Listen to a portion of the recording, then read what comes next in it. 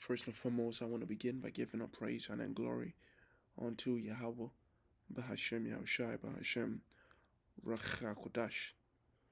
Double honors to the elders and to the apostle of Great Millstone, and enough respect to the brothers out there pushing and spreading the gospel of Yahweh, Bahashem Yahushai, to the folkness of the world. Now, through the spirit and power of Yahweh, Bahashem Yahushai, I wanted to go into this article, which is entitled Spain Closes Airspace to U.S. Planes that are involved in the Iran war, right? So, if it's not if it's not already popping into your head, which prophecies this is alluding to, well, we're gonna go into the book of Revelations, the 17th chapter, which already this should be the number one prophecy that pops into your head, right? If you've been in this truth for a while. So Revelation chapter 17, verse 3 says, "So he carried me, which is John, away in the spirit into the wilderness, and I saw a woman sit upon a scarlet-colored beast, full of names of blasphemy, having 7 heads and 10 horns," right? And this beast with 7 heads and 10 horns represents NATO and the EU, because this was the same setup that Daniel saw concerning the ancient Roman Empire. And when John had that same vision of that setup, that system, the angel told him that this was going to be revived, right, in the latter years. And we are living in that time now. So this is talking about NATO and EU, and the woman represents America, right? So we keep on reading verse 4, Revelation 17, verse 4. "And a woman arrayed in purple and scarlet color, and decked with gold and precious stones and pearls, having a golden cup in her hand, full of abomination and filthiness of her fornication." And I think this also links to Ezekiel, the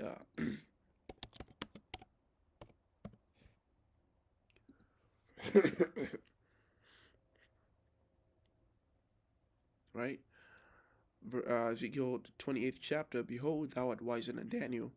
There is no secret that they can hide from thee. With thy wisdom and with thine understanding, thou hast gotten thee riches, and hast gotten gold and silver into thy treasures. By thy great wisdom and by thy traffic hast thou increased in thy riches, and thine heart is lifted up because of thy riches." Now, you may see the word Tyres, right, and Sidon, and it's gonna throw you off. But I personally even have done a breakdown in the book of Ezekiel, the 20th chapter, and really the breakdown begins in 26th chapter. Yep, all the way until the 28th chapter. And when it keeps once you read through it, and you consider all the prophetic things that are when you consider the fate or the destiny that the Lord has purposed upon Esau. Once you read in the book of Ezekiel, you'll find out that it's referring to no one else other than Esau. All right, so it talks about Esau's riches, and how he got it by his wisdom and by his great traffic. And let me see. Yep, it says, "Thou hast been in Eden, the garden of God. Every precious stone was thy covering: the sardis, the topaz, the diamond, the beryl, the onyx, the jasper, all these precious stones, and the gold," right? So you can see that this woman, Esau, who is strengthened in the form of America, has grown fat and rich, right? So this is it. Arrayed, right, in purple and scarlet color, and decked with gold and precious stones and pearls, having a golden cup in her hand, full of abomination and filthiness of her fornication, and that is her iniquities. And upon her forehead was written a name, Mystery, Babylon the Great, the mother of harlots, and abominations of the earth. And this woman was drunken with the blood of the saints." And that's how she established herself. That's how America established itself. It came over here, it killed the natives, right? It damn near wiped them out. They damn near committed genocide. But, well, I mean, they did commit genocide, but they didn't destroy the nation, right? So the Lord intervened there, and preserve the northern tribes. And then they had Judah come in and enslaved them and spilled their blood as well. And that was how it established itself. Okay. So, um, right, yep, it goes on to explain the seven heads and ten horns, and then it links them into the ancient Roman Empire. But then it tells them that, yeah, I mean, I really don't want to make this a breakdown, but yeah. So I will tell thee the mystery of the woman, right? Verse 17, verse 7, chapter 17, verse 7, and of the beast that carrieth her, which hath the seven heads and ten horns. The beast that thou sawest was, in other words, in in other words, it's in the past tense, right? It means it's already existed. And during John's time, the Roman Empire already existed. It existed before he came on the scene, and it existed after he was on the scene. So it really was, right? It was old news at that point. But then the angel continues and says, but it's not, because that wasn't the true end of Esau being the end of the world, and Jacob being the beginning of it that followeth. That wasn't that true fulfillment of that. So it says the beast that thou sawest was, and is not, right? But it says, and shall ascend out of the bottomless pit and go into perdition. So in other words, it'll be revived, right? In a bottomless pit. The word pit in the scriptures, I believe it's the book of Second Ezra. It it refers to it uses pit to refer to a land, right? And so the land in which the beast ascended out of is Europe. And they shall go into perdition, and this is going to be their destruction. And they that dwell upon the earth shall wonder, whose names were not written in the book of life from the foundation of the world, when they behold the beast that was, right? So it was, but it really is not, and yet is. In the future, it will be. Okay? Verse 9 it says, and here is the mind which has wisdom. The seven heads are seven mountains, in other words, seven kingdoms or nations, on which the woman sitteth, right? And there are seven kings, five are fallen, and one is, and the other is not yet. And when he cometh, he must continue a short space. So, in the seven heads in the ancient Roman Empire, you had Rome itself, which is one. You had the Gauls, which is two, which were defeated by Rome. You had the Greeks, which were defeated by Rome, right? You had um, the Hispania, right, which was also taken by Rome. You had the Carthaginians in, and Rome came in and defeated them and took it. Okay, you had Britannia underneath them. Okay, you had a what was it? Um, uh,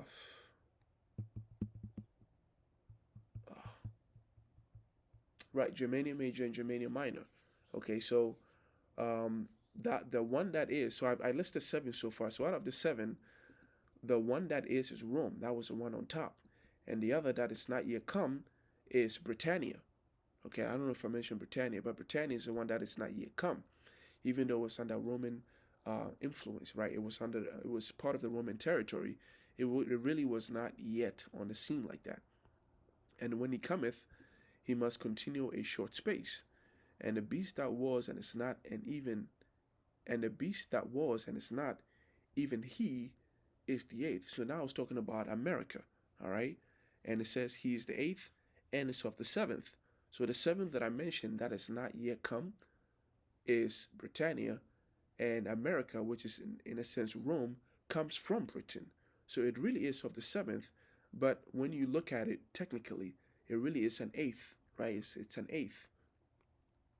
And goeth into perdition, so it's destined to be destroyed, which is America, is the one that's destined to be destroyed. And this, if this is your first time going through it, it might be a little confusing, but the more you go through it, right? And I encourage brothers to, and to go into this when you watch videos and try to, repeat these things to yourself. Use your own mouth, go through it, read the words for yourself, and teach yourself, and try to see if you can, teach it again.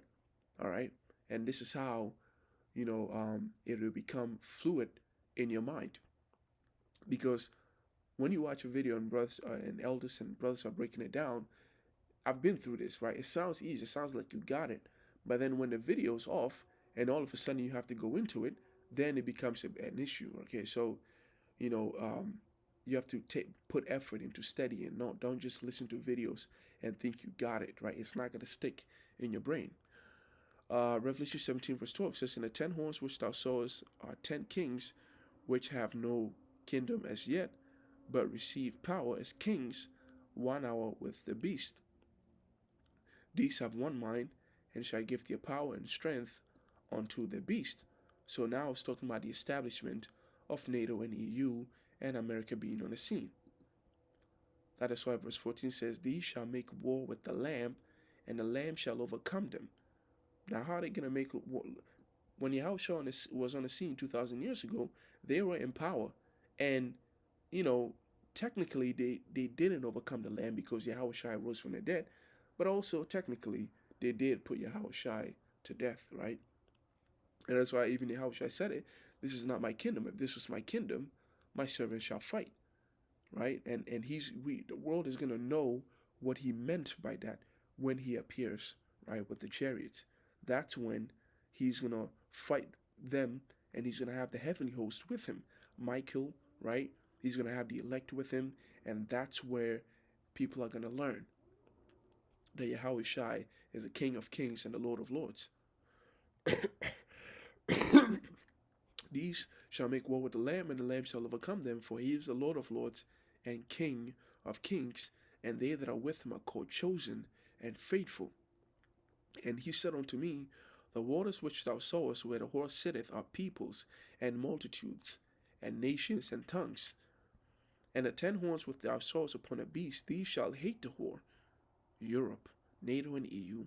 "They will hate the whore, and shall make her desolate and naked, and shall eat her flesh, and burn her with fire."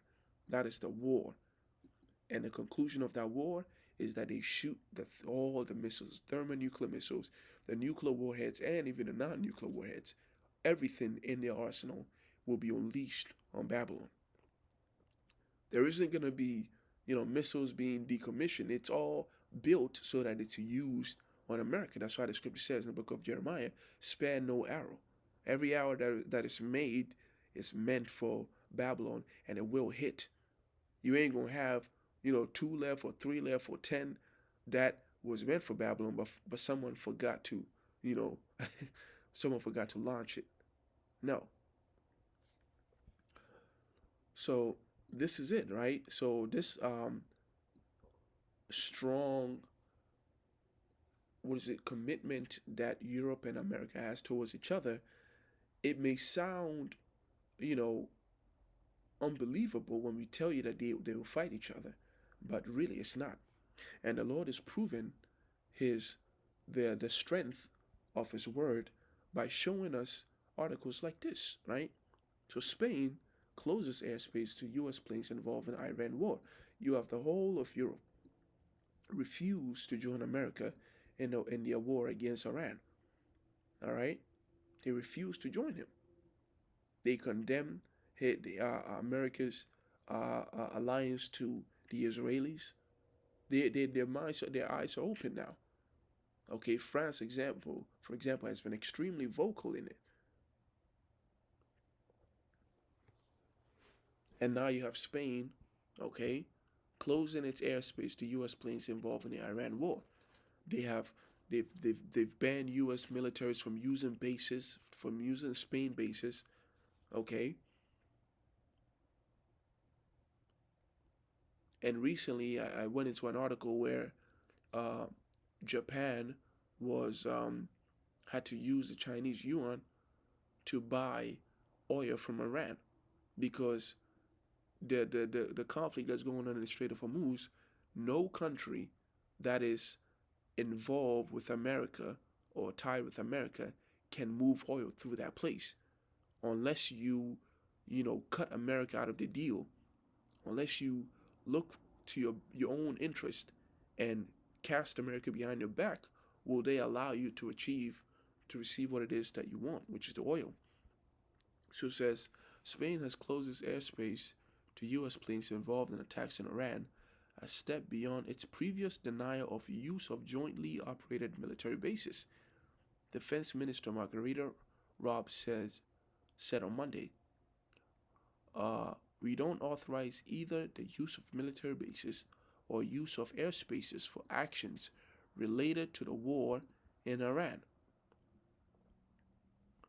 The closure of airspace forces military planes to bypass NATO members, Spain en route to their target in the Middle East, but it does not include emergency situations." All right.